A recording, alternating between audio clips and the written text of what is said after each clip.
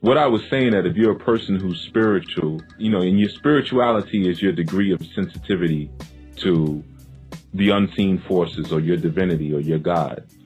And if you are a spiritual person, you're going to be in tune to the sways and dynamics of the collective human body.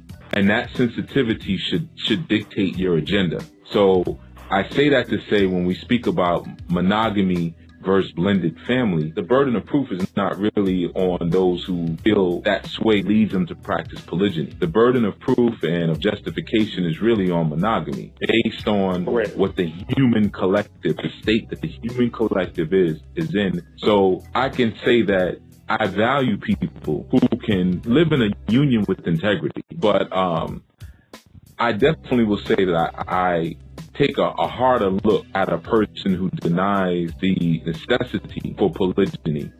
I agree with that. I like what you said about the burden of proof. You know, Walter Scheidel, who is a professor of classics at Stanford University, he's done a ton of research on family structures around the world. He has this huge, long diatribe in a monograph called Monogamy and Polygamy. And he says basically that monogamy is almost foreign. Prescriptive monogamy is almost foreign to the world stage. Okay, even when he says Greco-Roman culture, if anything was monogamous, but that's the only solid historical evidence, and he's talking about primary evidence that we have of any culture that was strictly monogamous. And I could even make a strong case for Roman and Greek cultures being polygynous. I could make a very strong case based on what I've seen.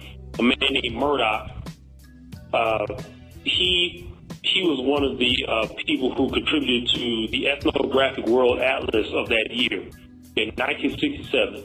And they studied nearly 900 cultures worldwide. They found that my percentage came up to be 83% of the world cultures were polygamous or polygynous specifically. And only about 1 to 2% of them were polyandrous. About 7 or 8% of them were sometimes polygamous, which, you know, we know better than that. That's polygamous. And the rest of them, they classified as monogamous. However, what they found, they said we can't truly call them monogamous because we don't know if they were ever practicing polygamy. We just found some monogamous families. And it even says that in the quote. You have another study done of 1,195 cultures in 1998. You had a third study that mirrored Murdoch's study in 2009. And the percentages that I found were exactly the same in each study. Okay. So you're talking about at least 90% of the world's cultures, at least. And we're being generous.